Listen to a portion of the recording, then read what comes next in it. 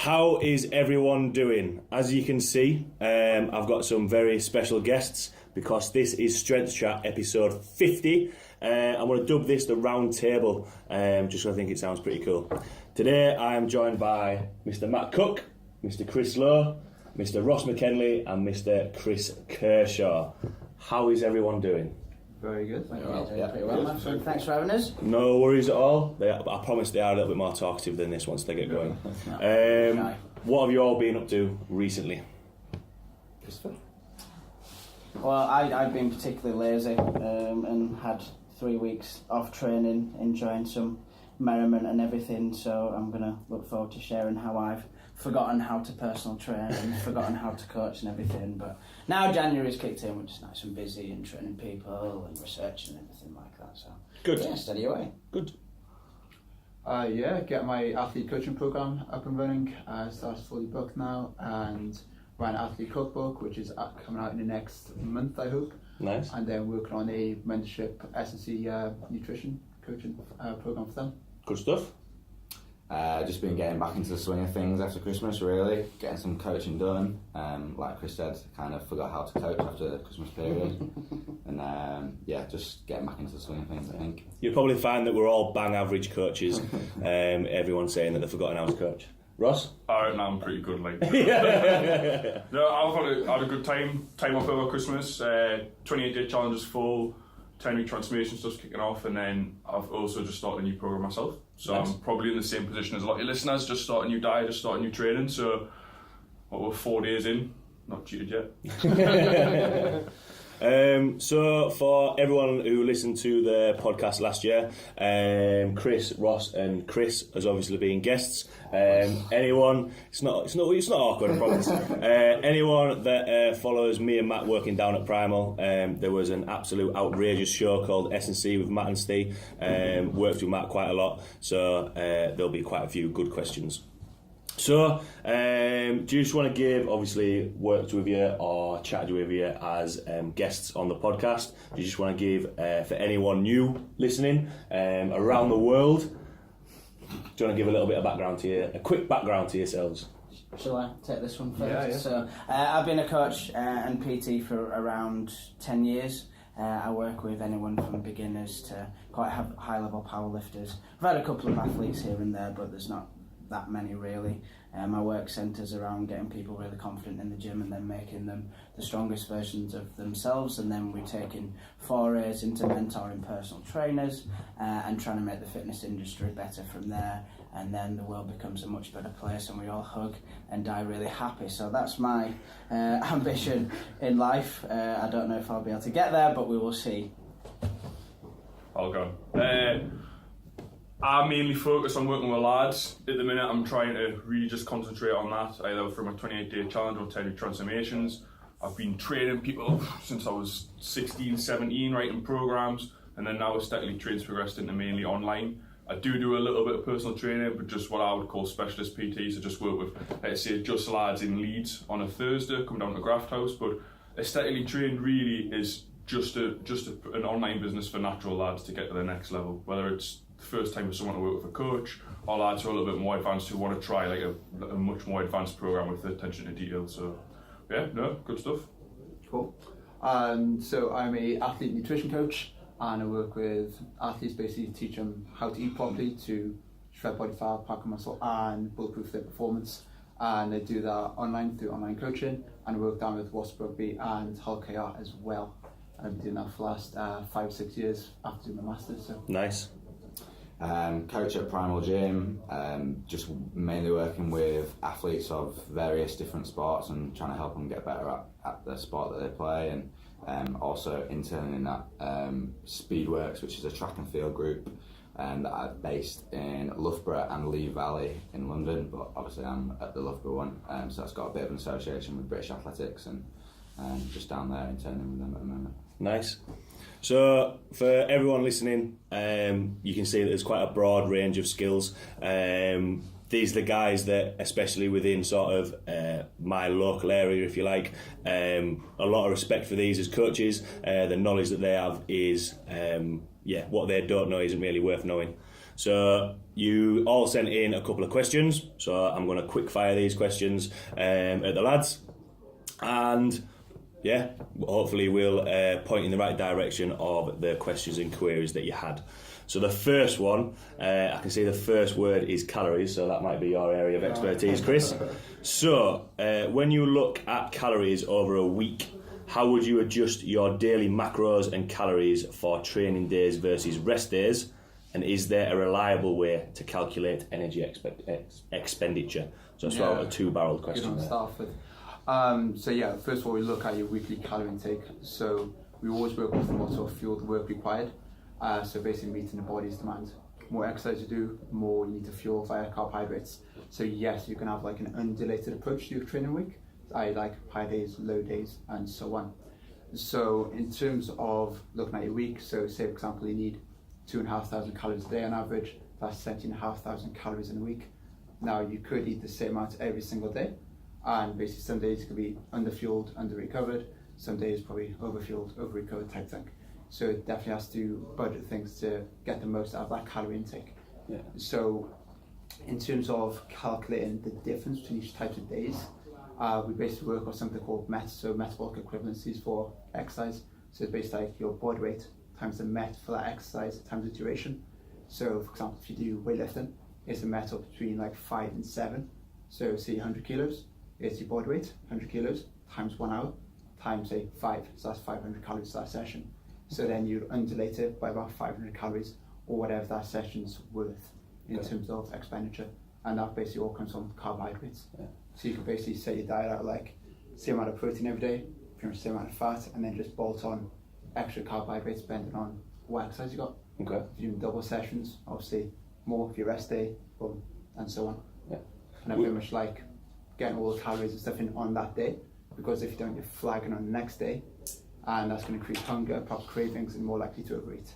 So I tend to do that way. In terms of working with the clients for that, just adding on to that question, is that just for general population? Have any of you guys worked with people who are? I think for obviously, first of all, attention to detail. Chris said that's why athletes need to work with them. But like, let me give you, it's like the simple version of what I do with my clients, lads, on 20-day challenge. Training day, drop 10% of calories for the rest day. So if you're eating 2,500, take off 250, make that your rest day. That's a very basic start point. I typically try to limit carbohydrates on a rest day. So like Chris is saying, you need carbohydrates to fuel exercise. If you're not training on your rest day, obviously drop your carbs as much as you can, unless you've got a manual job.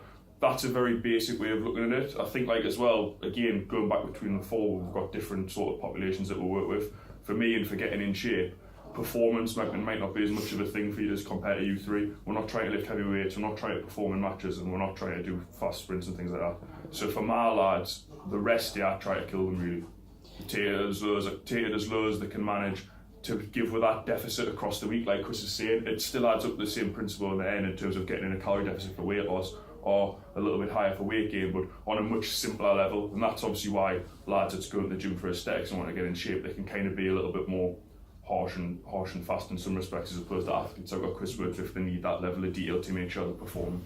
I think that raises a good point as well. Like coaches such as ourselves, we're focusing on training people for strength, so we can provide that attention to detail for the nutrition. So I don't feel confident that I could answer well that question about should we have higher calories on rest days and higher calories on training days. So coaches refer people when they're in pain, but they won't often refer people when they can't get the attention to detail on the nutrition. So I think it's very important that coaches such as us has someone that we can refer to.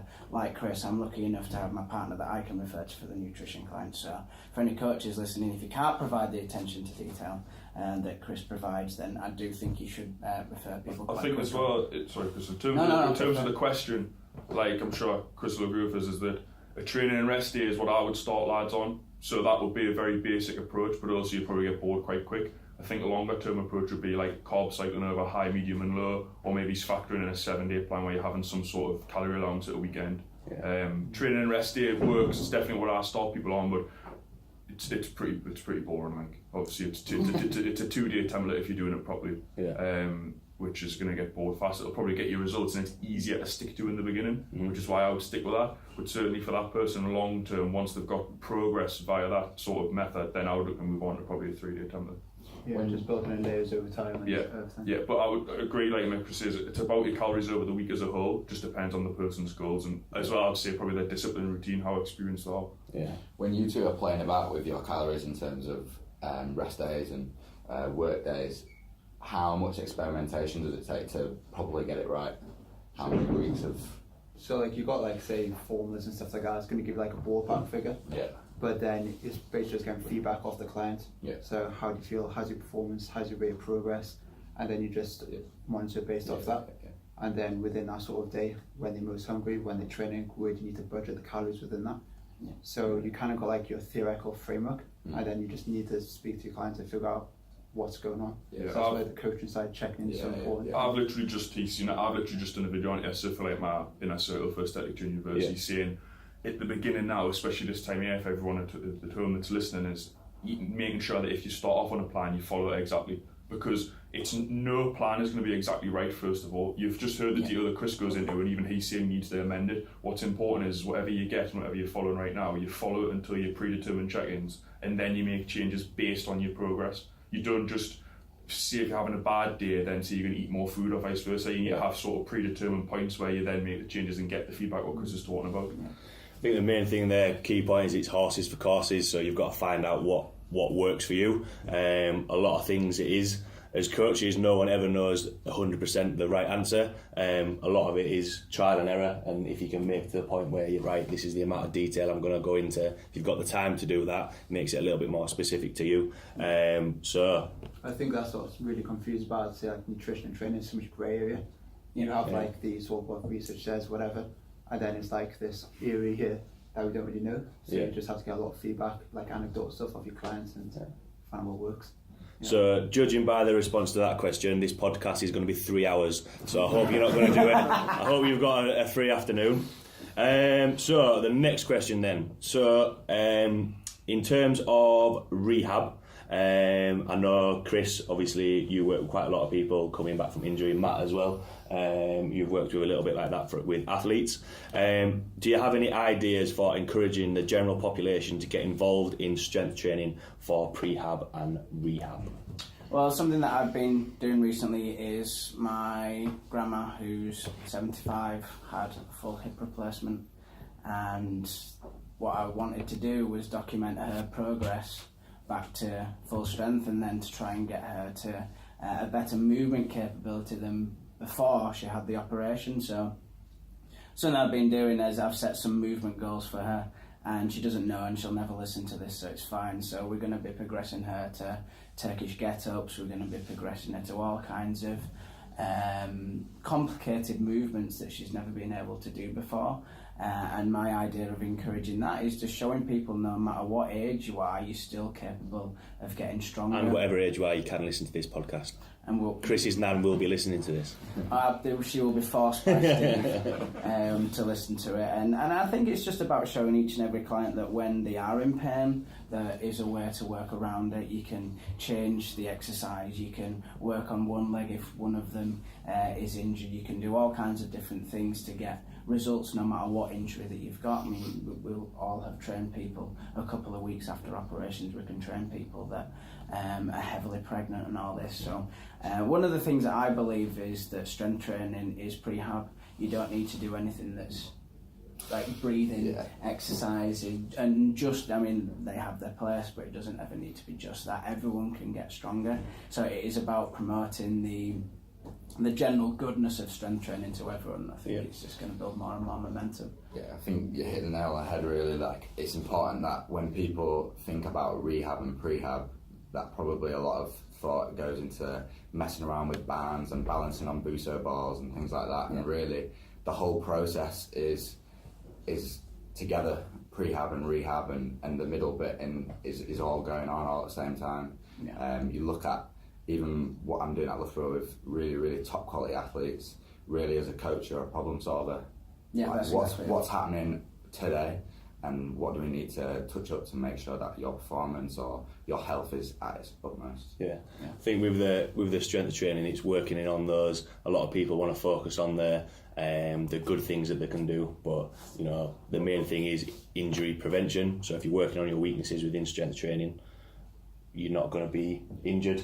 It's not a case of I'm going to get injured if I do strength training. Well, you're more likely to get injured if you aren't strong in certain positions. I would say. I think one of the most rehabilitating things is stopping people from feeling weak. So what used to happen is there used to be a lot of movement assessments where you'd be called broken at the end of it or dysfunctional. So my mission is to not call people broken. So whenever they come in for a movement assessment with me, it's about making sure that they understand that I'm not coming in to tell them just how broken they are and they should only stand on one leg while they clean the teeth and do nothing else in the gym, other than like just, you know, on all fours doing breathing exercises. It's about making people feel strong, and often that mentality can get rid of a lot of pain as well. Focusing on what people can do, instead of what they can't do, because it's easy to say, I can't do this, can't do that. I think for all of that as well, we've all said, any PT or coach that's any good, the important thing there is that you're going to adapt the plan. So that's the difference, and that's why you come to us. You go to an expert to tell them your problems and they write the plan to that. Mm-hmm. That's what you need in your program. Any injury or anything like that, if you're injured, you go see a physio. I would always refer out. But even when you're coming back, anything, the programming should be in it, like the attention to detail should cover all of that if you're working with a good coach, which obviously and that adaptation is almost built into the plan, isn't it? It should be a matter of course. It should be a matter of course that you're thinking of all these things. Pretty good answer on that one. I think we could make our own podcast on each one of these questions, actually. So, going into the third question, this one will be directed probably at Matt and Chris, or both Chris's.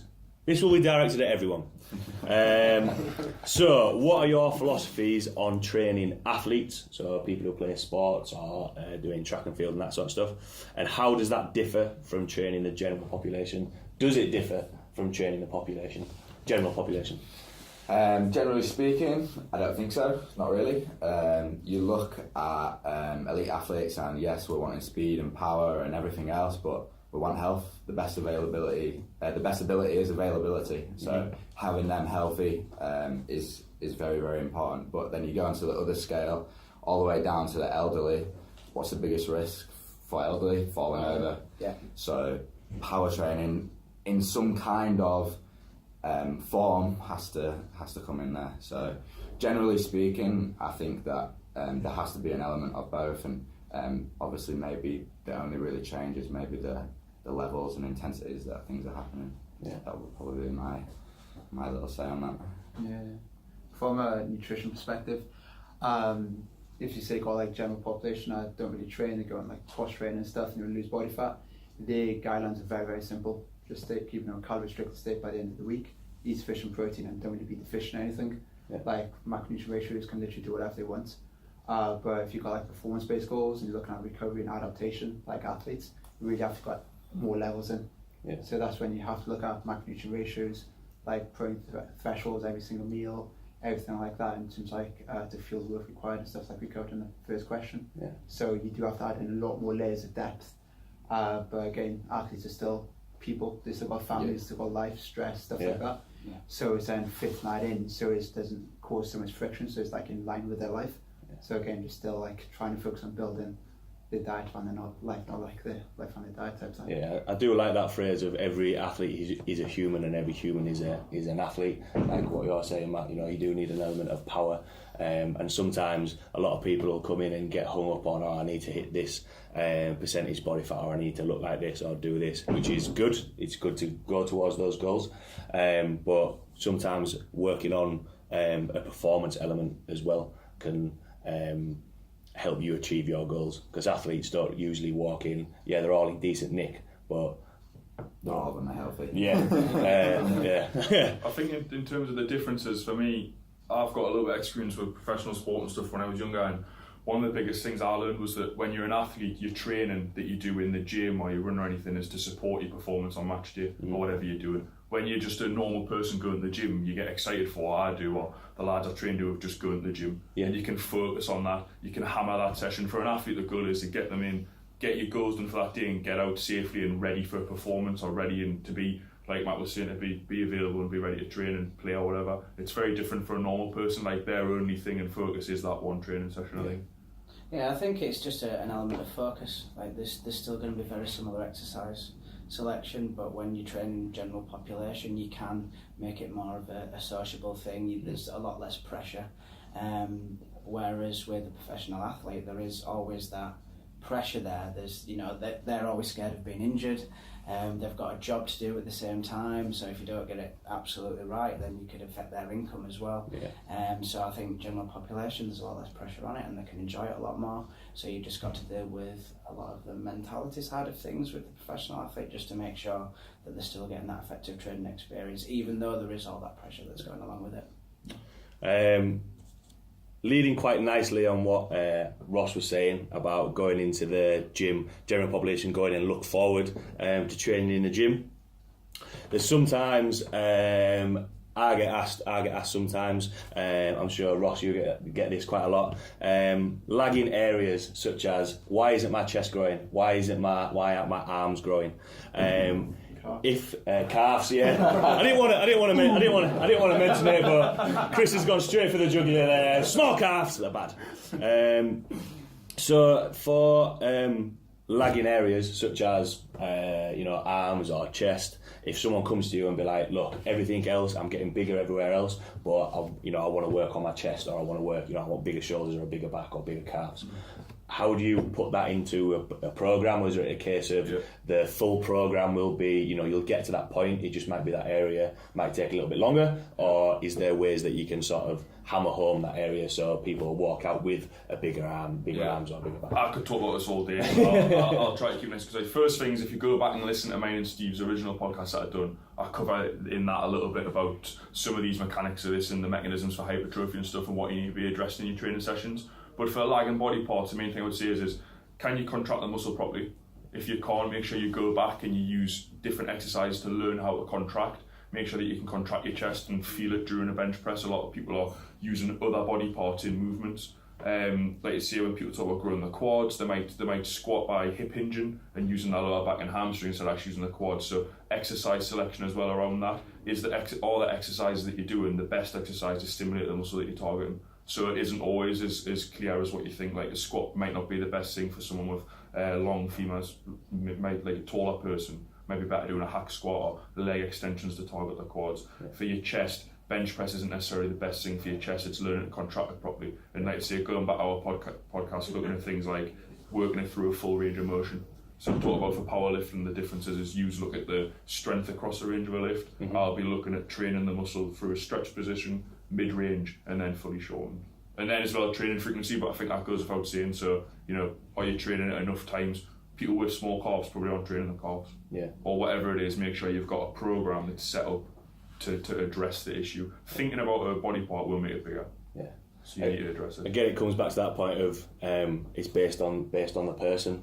Like you mentioned about the squats, a barbell back squat might not be right for you. So think of the variation that is going to work best for you. My answer was going to be 8-hour arm party. So I wasn't asked for. Funnily enough, this is exactly what we're going to do after this. We've got some dumbbells behind the curtain. So just to add on that, your question. Would you prioritise a lagging body part in a certain part of your session, like start, tag around at the end? How do you do that? Yeah, good question. So I think obviously making sure that you warm first and depend on sort of the priority of it. Chris is right, moving it forward. I would say always do that, and also as well having it near the start of the session, but also thinking about what you're chasing at the same time. So I always say to people, probably trying to get your chest and your shoulders bigger at the same time isn't a good choice, because when you're pressing, the anterior delt, the front of your shoulder is going to come into it. So think if you're fatigued from pressing on a Monday or whatever, and then you're trying to do chest the next day, it's probably not going to work very well. So I would look at within your session, what you call the splash effect, how exercises are affecting each other, and then how you can set up your session, or how your coach can set up your session to get the most out of that body part. Sometimes more isn't always. You see someone coming in and right, I want bigger arms or bigger chest. They'll smash arms and chest. The first thing is make sure you can contract. Exactly. Make sure you can contract, and make sure you can contract through the full range. Yeah. So most people are weak in a position, so they're either weak in like the stretch position, which would be fully lengthened, mid-range, or the fully shortened one. Make sure you can contract in all three, and then have exercises that build you up in those three as well. And if you keep hammering away at something that you're doing wrong, then you're just going to just bring up the imbalance even further. So, he's right. You've got to build the foundation of movement first, and then you can start to manipulate volume and things like that. So based on the similar question, this question is quite direct. I'm probably going to give you the dead short version, and I think Matt might be able to give you the more scientific question. So why do I have so much glute work? The reason you have so much glute work is because big bums are good. Not just because, on men and women, big bums look after lower back health. It's a big muscle. That muscle still needs to be trained, and it has a massive carryover into any other exercises that you're doing. What's there? Anything to add on that? Not massively. Probably for sport, really, and probably in general life. It's the biggest muscle in your body, so it needs to get some work in, and you tend to find that just in general health that you get someone's bum going and lower back pain goes, and you open up the hips a little bit and things like that. But then probably more importantly for athletes, your bum and your hamstrings are hip extensors, so to run fast we need big hip extensors that can create a lot of force. So yeah, big bums, good thing. I think everyone's in agreement in there. Yeah. I'm actually going to edit in thought bubbles of everyone just thinking there. So we touched on this a little bit in one of the other questions that we chatted about, but sometimes when people first come into the gym, they're a little bit unsure. So this one actually got sent in twice. Do you have to be at a certain level to either get in shape or start strength training? Is there a sort of a starting? Does people have to be at a starting point, or what are all your thoughts on that? To be healthy, you've got to be strong.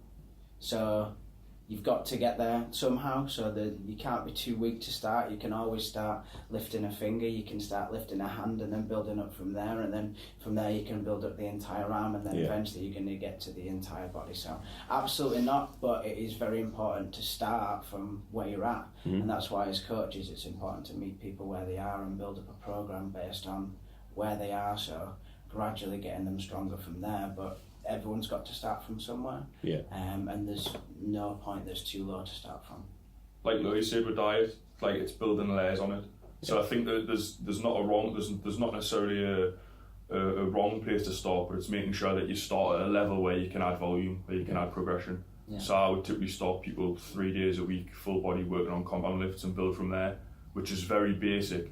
But if you start off at 5 days a week, you're probably not going to have the training intensity you need long term to add muscle and really train hard.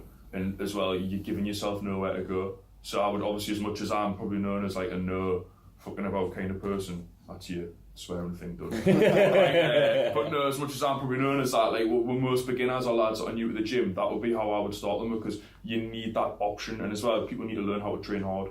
So I would start off with what you can manage and train hard and get good at it, and then add in layers, just like Chris was saying with diet, which is a good point for diet as well. And everything we do, there's levels of detail and intensity that we need to learn. And I think it's really important to start on the right foot and start with a coach where possible, so you're not getting into any bad habits that you're going to have to unlearn 3 years into it. It's important to learn about good back positioning, the ability to hip hinge, the ability to lunge, the ability to use your feet effectively, so you've not got really floppy ankles or anything like that.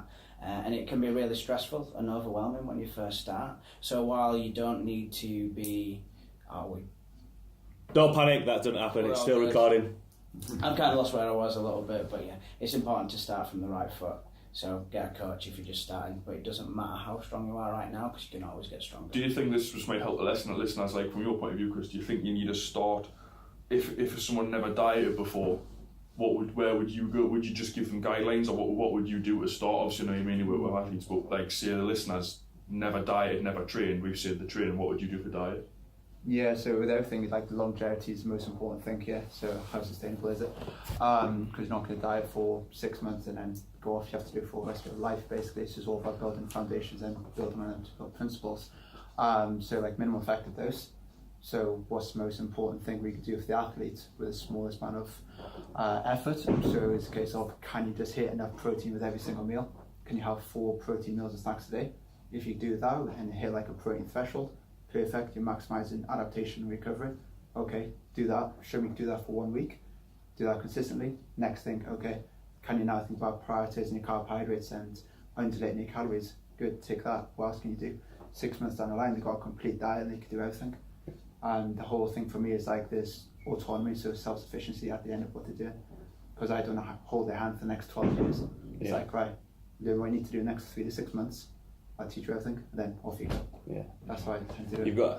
I like to think of when you're working with, as coaches, we'll meet clients where they're at, and then put a plan together for them. But you've got to have some starting point. Everyone's starting point is different, and then I've lost my train of thought. I'm going to have to say the thing's gone. Don't ever trust me to do a podcast. But anyway, you can have a starting point. It doesn't matter where you start. Make sure this is still on as well. We're so good. We are still good. The panic's over. If you're watching this on YouTube, it's because I was filming on the wrong one. If you're on Spotify, you'll be none the wiser, so it's fine. Okay, so the next one, which is, I put these two side by side because I think they work quite well together. So when people ask about a starting point for either getting in shape or getting involved in strength training, after a little bit of time of training, the question comes up, which quite a lot of people ask, is supplements. Should people be taking supplements? What supplements would you recommend? Does everyone have to take supplements? Is it just only some people that take supplements? What are all of your thoughts on that? Yeah, I think that everything depends. So first ones I look at is just supporting a diet. So if you can't get certain things to your diet, then it's supplementation. Mm-hmm. So for example, winter now, sun exposure is low, UVB rays exposure is low, so you need vitamin D supplements. If you don't have oily fish in your diet 2 or 3 times a week, okay, here's omega-3 supplements. Yeah. They'd be like your foundational things. If you need to have a higher protein intake and you can't achieve that, then supplements are just very convenient to do that. So whey protein supplements, something like that. Then you've got ones that support your training, like things like your caffeine, your creatine, perhaps your beta-alanine, beta shots, things like that, work very good. But then for athletes who compete and you get drug tested, aim from a sport is a massive thing. So it has to have that sort of LGC testing on it. So that's covered quite a lot of bases from Chris's point of view. What we're quite interested in is that Matt, Ross and Chris train a variety of clients for different goals. So what are your 3 thoughts on supplements? What do you recommend as coaches? So normally, again, I'll make sure that we've been through the right nutritional channels. We've spoke to their nutritional coach about what is lacking from their diet, and then we'll address that. Yeah. And then with the creatine, it's been shown to be such a safe supplement that I think it's justified that pretty much everyone should take it unless they've got a very, very specific liver problem. I'm in agreement with that. I think everyone should take creatine. Yeah, right. I do think regardless of people. It enhances recovery, and even the IOC recommend that people take creatine. So you're going to get an instant boost in performance, and I've never seen any side effects from it unless you have it on a dead empty stomach. So it's such just an to touch on that, like your maintenance dose of creatine is basically like 3 grams a day, so 0.03 grams per kilo. But when they've given like a group of people 30 grams a day for 5 years, no negative effects to health. Yeah. So you're taking 10 times as much per day for 5 years without cycling. So the whole thing that you have to cycle creatine is absolute bullshit. and it takes. Right. Normally the packets recommend coming off creatine for 2 weeks. And loading phases and everything like that, but it takes about a month for it to get out of your system anyway, depending on what you're taking. So that's pointless in itself anyway. You might as well just keep taking it all the way through. And then like I say, I've never seen any negative health consequences of creatine, so I feel safe recommending that people take that. So is there still reactors and non-reactors to creatine, or is that just... Yeah. Generally speaking, people are low creatine in their diet, so vegans, vegetarians, they tend to be like hyper responders, where people like high protein diets and eat a lot of red meat and stuff tend to be low responders, but within that you do have like non-responders in that little subgroup there. But generally speaking, basically with any supplement it's like has to have like a neutral positive effect. If there's any sign of negative, don't take it. So that's the way I work off it. I think that first things first, like your supplements, it's just the helping you with the base of your diet. Any deficiencies, like Chris says, I think we all know what the main ones that you should take are. Everyone talks about them all the time, your creatine, fish oil, stuff like that. There's no shortcuts. Like, there's no one supplement that's going to massively help you progress over that. It's you and your actual dedication to the program and what you're doing. Okay, so welcome to part 2 of the Roundtable podcast. I think we're honest. For anyone who is thinking about setting up their own podcast and of thinking of having more than one guest, 1, make sure you bring the cable for the microphone. 2, make sure that you've got enough charge on your phone. And 3, make sure you've got enough space. So thanks to 2 Chris's for bailing me out. So we finished off in part 1 chatting about supplements and what we would recommend. Okay. To carry on into the second half of the podcast, we chatted about these 3 questions. Sort of went well together. What is the starting point of getting in shape and starting strength training? What supplements they would recommend? The last one, which will be a nice carryover into the second part. Are there any stupid exercises? Are there any exercises that you wouldn't recommend? I think first of all it's very important to say that a stupid exercise is one that requires someone to push through pain. If you're having to do that with someone, then that is the definition of stupidity right there. That's going to help them hinder their consistency. It's going to get them further away from their goals. So why would they be training through something like that? But other than that, I think Ross has got some good points about what's your thoughts on burpees? So with burpees, I don't necessarily like them myself, but there's always a context for a particular exercise. If someone has a burpee competition and you're not having them doing any burpees, then they're going to do really bad in that competition. So in that context, I would absolutely give them. Psychopaths do exist if you're psychopaths do exist. A burpee competition. But no, I don't think there are any bad exercises other than those that require you to push through pain. I think obviously from our point of view the main thing is when you're working with a coach or when you're even writing your own plan yourself is knowing why you're doing each exercise. From a coach's point of view, you should be able to coach a person through it with proper coach cues, make them perform the movement right. If you can't do that, I'd question why you're teaching them it. If you can't explain it to your client or for you guys at home writing your own programs, if you don't know why you're doing an exercise and why it's where it is in your program, maybe look a little bit more into it and read a little bit more about it. I never in the gym hate on other PTs and I'll say like, what's he doing that for? Because you don't know what that individual's been through in terms of injuries, in terms of why they're doing a specific exercise. So like if you see someone in the gym doing something like, oh, what's he doing? Like, don't just think like they're being stupid. They might have a reason. Obviously, if someone's got really bad form and you can help without embarrassing them, I would try to maybe tell them. But a lot of the time, people look at exercises that they haven't seen before and they think someone's doing more of a mainstream exercise, if you like, wrong. They've probably got much more specific goals and they're actually just working on that. But yeah, essentially, know why you're doing it and from a PT's point of view, be able to coach it. Yeah, I think that's the main reason. You know, you should be able to say why that exercise is in there. There shouldn't be ever a reason where it's just because. And in terms of stupid exercises, I find this question quite interesting because it does come down to coaching. If you're not coaching it right, if you can't explain it, like what you're saying, you should be doing that exercise. You should be coaching that exercise because you might end up injuring your client or just making them look stupid when there's the difference. I think, and this is something that to me is really important. I've ran gyms before. I've worked in lots of other gyms. Is that you're not hating on other PTs and whatever, but the one thing that absolutely boils is you shouldn't be making up sessions as you go.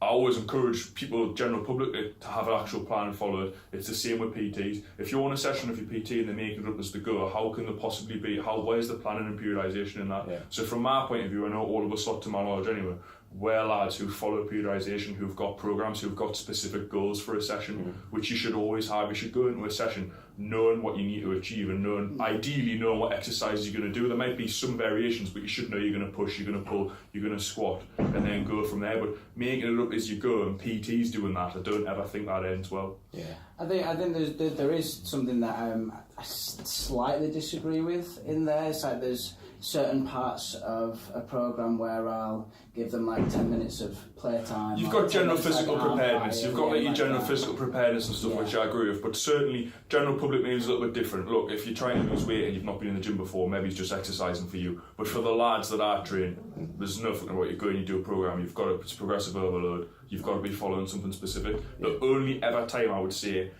maybe is if I used a 5-day-a-week training split and they've done 4 days, everything's covered across the week. They've trained the muscle group, every muscle group twice, which would be what I would aim for. Any lagging body parts, when I go back to that earlier, I would maybe give them a session with their mates on their own and say, look, I just want you to go in and train shoulders. I don't want you to train at complete fatigue, but it's just like a top up just to get that volume in, because obviously, as we've talked about, that's one of the mechanisms of hypertrophy, as well as the volume and the frequency. It is back to that point of, you know, horses for courses, basing it on that for that person.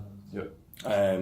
As I know for myself, I have a coach. I have my own coach, and I follow that plan. Do we all have our own coach in here? I've got mine. I think that whole thing of coaches that don't have a coach, you always need that outside point of view really to see where you're doing it wrong and keep you on the straight and narrow to be like, right. I'm just shit at programming myself. Yeah, so any coach that says that they don't need a coach might be lying a little bit. I think it's a good opportunity to learn as well. Yeah. There's times probably where probably you yourself, I'm doing stuff with my lot and you probably think, what the is he doing there? That's basically every session. Yeah, pretty much. I mean, I can think of just some. At the moment, we're doing some like hamstring conditioning-y kind of stuff, and I'm laying down on their front, Swiss ball on their bums, sitting there, and they're just kicking the ball because they've got to be able to cope with high speeds and lots of work into their hamstrings. But people would see that and just be like, what on earth is going on there? But use that as an opportunity as a coach to, if you've got other PTs around you that are doing things that you've never seen before and you don't understand, don't just think, oh, what the hell is he doing? Go and ask why they're doing that. That's basically how this podcast came around. You know, I've worked with Chris and Matt. I ended up messaging Chris and Ross because there was areas that I wasn't 100% sure of. So it allows me to give a little bit more quality to my clients.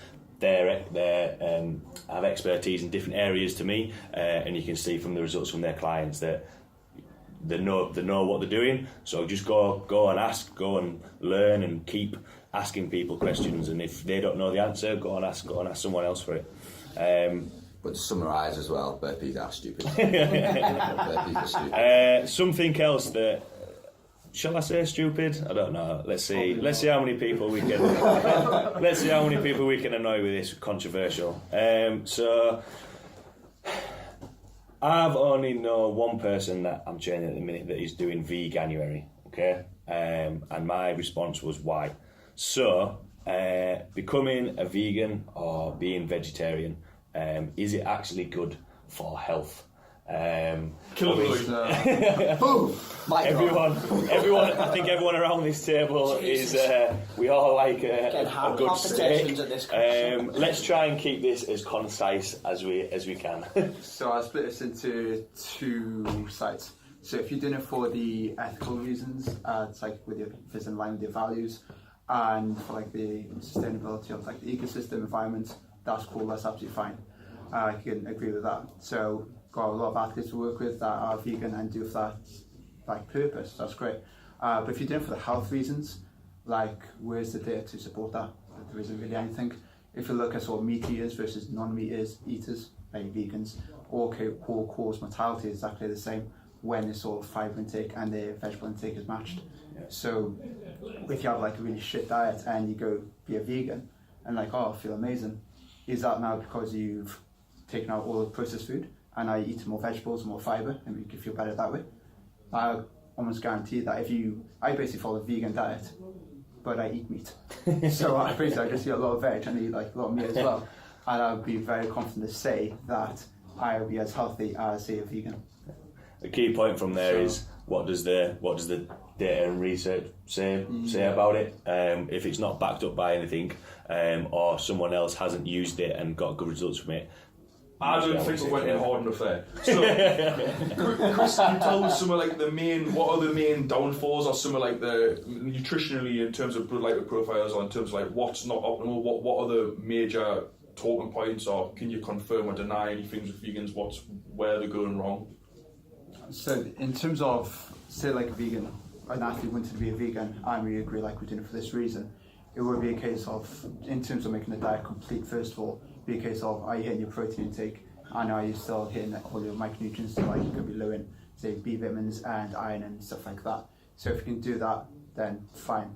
But again, like, in terms of healthiness, like in terms of like, say, watching like light protein and stuff like that, risk of like cardiovascular disease is very much going to be linked down to like the fibre intake.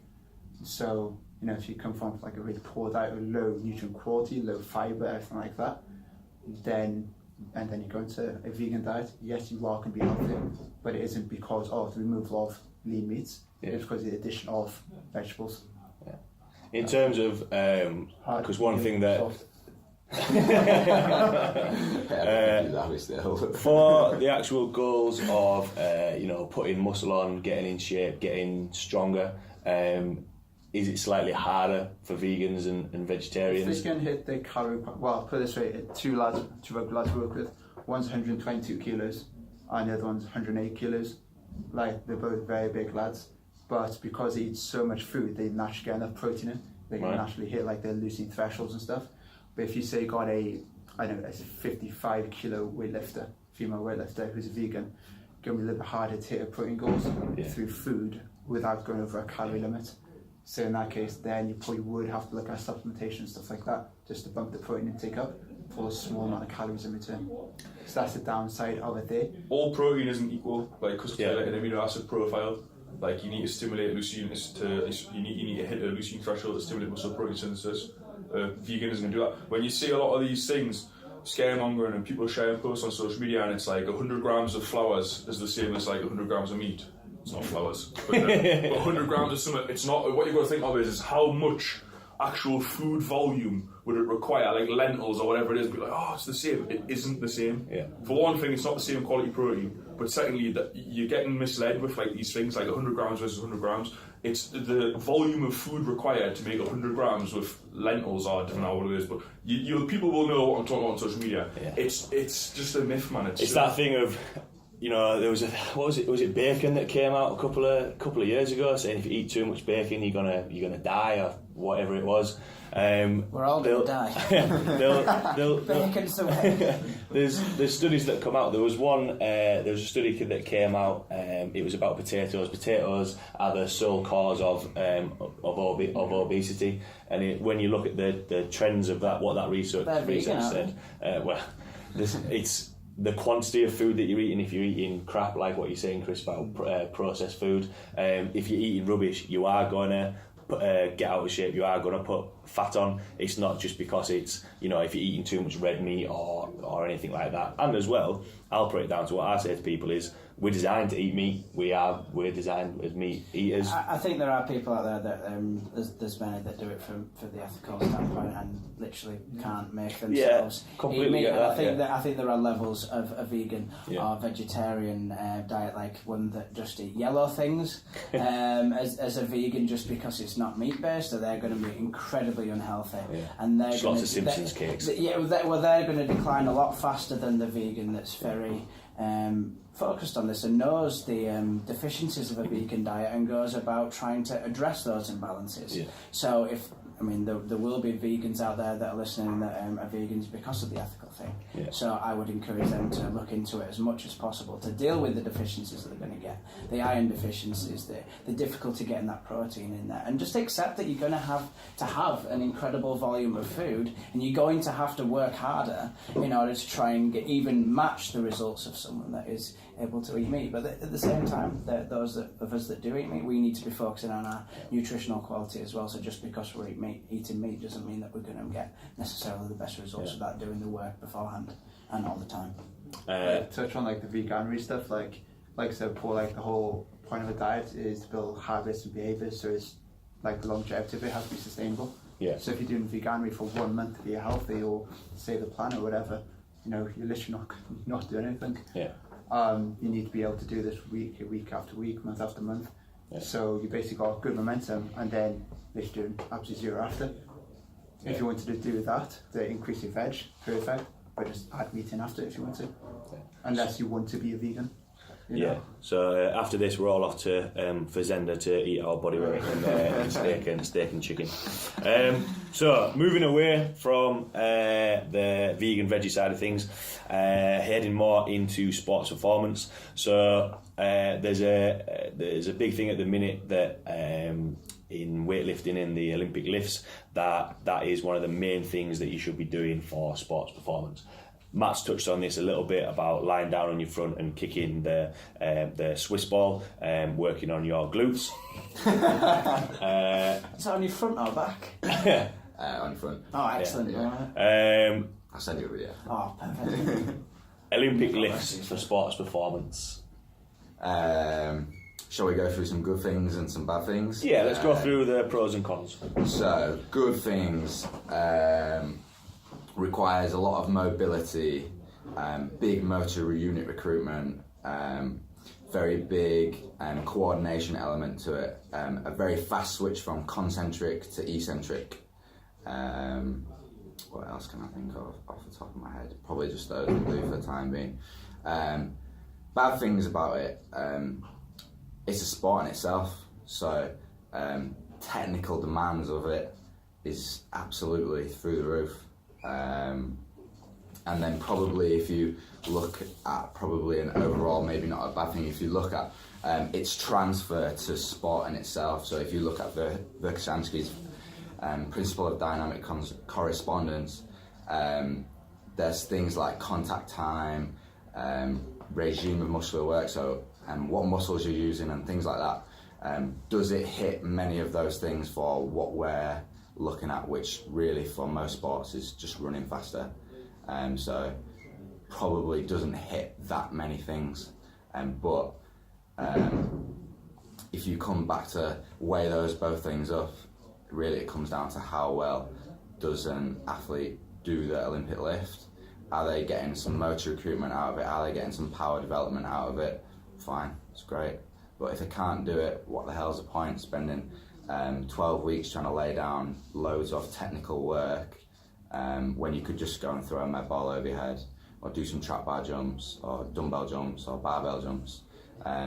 It's a really difficult thing to do, Olympic lifting, but it can be very valuable at a time, but there's other things that you can use it. Yeah. Definitely. You look at some of the stuff that Matt's put on his Instagram and what you'll see Matt doing in the gym. The dosage of Olympic lifts will be quite small. Maybe we're doing quite a lot of other stuff. It's really varied because I will quickly make a judgment. Generally speaking, when I've got my athletes, I could have one of them in, or I could have 6 of them in. If I've got 6 of them in, time spent looking at someone over there doing a sprint and someone over here doing an Olympic lift. I can't do both things at once, so I will make a quick judgment, and everyone will start with Olympic lifts, but I will make a quick judgment of whether they can Olympic lift and whether it's worth progressing with for their Olympic lifting. If they aren't getting it in probably about 3 weeks, then it just goes and we jump, we throw med balls, and sometimes we may not even do that depending on where we need to be. Yeah. Just like when an athlete, no, sorry, when go. Just add on that, like for like say a 12-month period, like when I was doing masters, like you did weightlifting with me, like we did weightlifting for the best part of a year, And yes, our technical side got better, well mine did, but did it actually get stronger in that 12 months?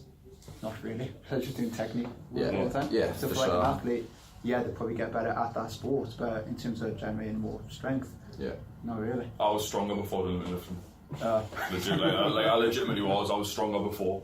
I think that for my lads, no one I train does them. But it depends on who you're coaching. My things are static, same doing shape. None of my lads do them. I can see the benefits for athletes, but until you can squat and deadlift properly, I wouldn't bother touching them. And as well, I'd take my taste. What's the actual payoff versus the time spent? Yeah. You could spend 10 weeks learning it. You might have had you might have been better depending on someone's for a camp, for a boxing fight, or pre-season for football. Depends on the current ability level and going from there. I don't think, like we were saying earlier, stupid exercises. There aren't any definite exercises you should be doing. It's up to each individual. Exactly. And just from I guess a larger perspective, just having clients that have well developed traps, hamstrings and glutes, that's going to tick a lot of boxes. Yeah. And then you can build and then you can build the layers up onto that. So it's just about careful exercise selection, and if the Olympic lifts fall under that category of correct exercise selection, then you'll go for it, but there's always alternatives to everything. So a running theme throughout this podcast is, we've touched on it quite a lot, is that having a plan to follow for whatever your goals are, and expect like a nutrition plan as well as a training plan. So this is quite open-ended. I don't know whether this is just focused about the nutrition or the training plan. I'm going to say it's probably let's say it's a mixture of both. So how much can someone go off plan and it still be sort of okay? I did a post a couple of weeks ago being that, for example, people stick to their nutrition plan 90% of the time, but that 10% might be 14 pizzas, 15 beers and a kebab. Like that 10% is quite a lot, as opposed to other people's 10%, which might be a couple of flapjacks and a Coke. What are all of your thoughts when people come to you? You put a plan in place. Obviously that plan can change as things progress and the longer your clients are with you for holidays and stuff, but how much leeway do you give people to go off plan, and if they go too far off, how hard is it to get them back on? For me, it's about time frames. Yeah. So say I've got a weightlifter, a boxer or powerlifter, and they're 2 weeks out and they're still like going off plan and stuff like that. It's like, no, we need to control everything so I know how your body's responding, what's happening. If they're 6 months out and they don't have any immediate goals, then yeah, they can cruise a little bit more. So you just have more relaxed guidelines. Are you still hitting pro with every single meal? Are you focused on your weekly calorie balance? It's much more relaxed, but then you tighten up when you need to. Because if you try going 100 mile an hour 100% of the time, you're going to burn out. So just like on the training program, you've got periods where you're going to push, periods where you pull back. So I do exactly the same thing. I tend to sort of coincide my sort of down weeks and stuff with deloads and stuff. So they have enough energy there available to like super compensate and get strong and stuff like that. So it's almost like a little holiday type thing and then go on again. Yeah. So it's basically so they don't burn out. I think occasionally you'll get people that are just going to do stuff that are outside of the programme.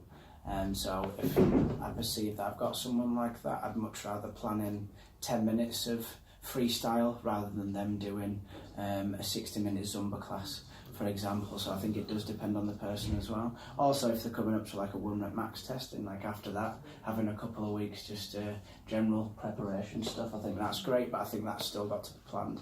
I think that's still got to be stuff that's carefully selected, because if they go off plan entirely and injure themselves, that's going to ruin their entire prep for the next competition. So I think it needs to be carefully planned. Even when they're having time off plan, there's got to be guidelines for that.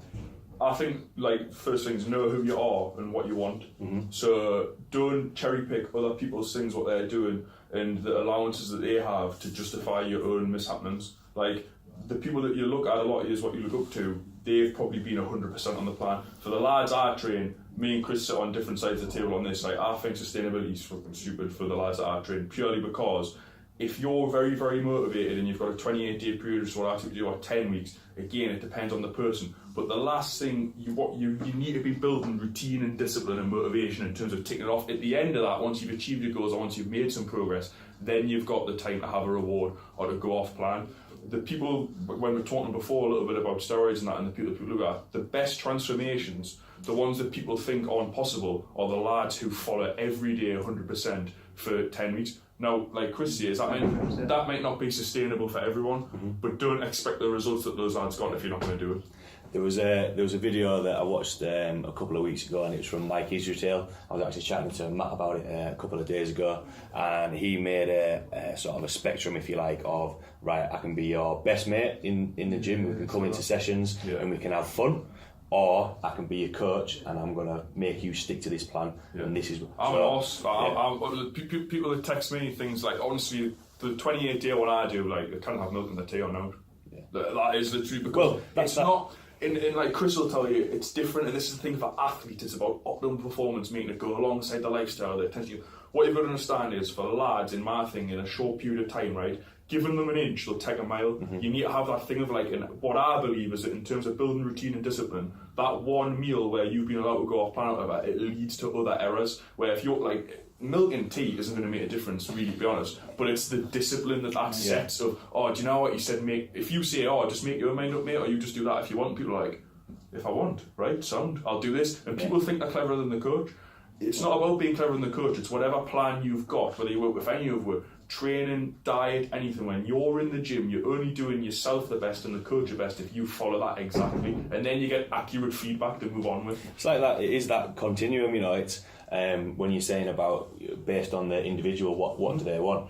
I can walk into the gym and I can go in a session and I can dick about and I can laugh and we can be like, yeah, let's do this. But if you actually want to get somewhere, there needs to be that element of discipline, and I think that discipline is different to the different people. It isn't for everyone. Elite level results takes an incredible amount of sacrifice, and that's why the elite is the very top percentages. If we were all capable of that level of discipline, then we'd all have those results. So like you should go into it, if you want elite results, expecting to sacrifice things. You should go to the coach and the person that matches what you want. In terms of like, if a woman comes in the gym, I'm not training them. So what I'm talking about now, for people listening, I'm not saying for your general person trying to lose weight, that probably doesn't apply to you. The lads that I work with, that's what I do. And I think that the person that you work with, all of us here, I've got a niche, we've got a speciality, and that's why we're the best, as opposed to going in the gym and giving out very generic sort of advice. But then everyone's got different goals. But equally, if you've got different goals, be prepared to put a different amount of work in to achieve them. Looking at it from a different angle as well, though, when we're saying about sticking to the process or sticking to the... as a coach, you've got to be willing to be a little bit adaptable as well. People may come in a bit beat up or sore in some places that need some time to rest and recover, or potentially are in pain with. You have to, just because you've written down something in a piece of paper, it doesn't mean that you have to do it. So looking at it from a different angle, you've got to be, like we said at the start, a good problem solver and be able to adapt and change what you need to do. That's it. Like if an exercise is causing someone pain, then they change it, and it's much like a particular way of eating. If that was making them have eating disorder-like behaviour, then that's going to change as well. But again, that doesn't mean that you should go off plan. You should talk to your coach and then make a new plan in order to do those particular things. So that goes down to like the relationship between the client and the coach. So what you see a lot of people, like research backs this up really well, like people they underreport massively. Whether it's just through like pure naivety, like they don't realise that they're having a 300 calorie lie and it's affecting the calorie balance, or it's the fact that they know they're having a 300 calorie lie and they're just not telling you. There's a way for a coach to forge that adherence by coming up with a plan and communicating with that person. So you need to have trust both ways. Absolutely, and it's about, I guess, fortifying someone's ability to adhere and gradually building them up towards something where they could get the results that you demand from your guys, and they're quite rare as well. It's like the ones that can, if you told them to eat sawdust, they would, and it does tend to be the guys that you work with. They will do what it takes to get their results, and not everyone's like that. See the different levels of like reporting, like work with like pro cyclists, and they track everything like power output of like this sort of cycling, working inside kilojoules, kilocalories. They track now really accurate my fitness pal, feed everything back on a daily basis. With some people, they're like, how are you doing? Fine. But it's like, the level of feedback is massive. So to go back to what Ross was saying, you need to work with the right type of people to get the most out of them. I think that sort of coming back around full circle when we were chatting about the start about, it's the plan that's got to work for the individual. I think that was quite a nice question to finish off on. Obviously, there were a few more questions that sent in. If you have any other questions, obviously sharing this podcast, I'll put the links up to all of the guys here. Send them questions. Obviously, we've had to make this into a 2-part series, this podcast, but the level of depth that the answers have gone into, obviously these guys do know what they're talking about, and at the end of the day, they're willing to help and they're willing to point in the right direction of what's going to work best for you. So after everything we've spoken about, we're only going to narrow it down to just one piece of advice or a bit of wisdom for everyone listening. Do you want to start around this? Who wants to go first? One take-home point, words of wisdom from everything that we've chatted about today. I'll go. Read, listen, don't ever stop learning. Yeah, I like that. You can't have that though, you've got to do that. I guess from I think with us, from a coaching perspective, it's like PTs and coaches, they go deep. Don't try and please everybody. Just go deep and work on your niche and become an expert that way. Yeah, man, say know who you are and what you want, and then be prepared for the work in. Train hard, train often, train well. Nice, concise answers. I wasn't actually expecting that. I thought they were going to... What's your piece of advice, Stephen? Don't eat yellow snow. No. Don't forget You've absolutely thrown me. Forget your cable. Yeah, don't forget your cable. When you get a bunch of coaches that you've got quite a lot of respect for, don't make yourself look like an idiot by trying to arrange a really good podcast and end up using 2 of your guests' phone. But no, in all seriousness, thank all of you for taking the time to chat with me. If anyone has got any questions for both Chris's, Ross and Matt, 100% go ask them. If you want to get involved in working with these guys, I would 100% point you in the right direction, or point you in the direction of working with these guys. Any questions, comment on the post, and I'm sure we'll all be willing to get back to you. Can I ask a couple of questions to you? Go on. I'm just wondering where you see Strength Chat going in the next 50. The next 50. I have got quite a lot of guests lined up, so look out for those episodes. Growing it, bigger guests, and the main point of it is really wherever it goes, as long as it's providing either coaches or clients with greater knowledge on whatever area, whether it be powerlifting, strength training, sports performance, muscle building, nutrition. The more people learn, like what Matt was saying, the better their training will be, the better coaching standard that there'll be out there. So wherever it goes, as long as you take something from this and you walk into the gym and have a better idea of how to train, how to eat, and don't hurt yourself, and actually achieve something and get your results, I'll be quite happy with that. And then on a very selfish note, it just means I can rent cool rooms like this and speak to coaches that know a lot more than me. So thank you all for listening. Thank you all for taking the time to chat with me, and I'll see you all next week. Thanks, David. Cheers.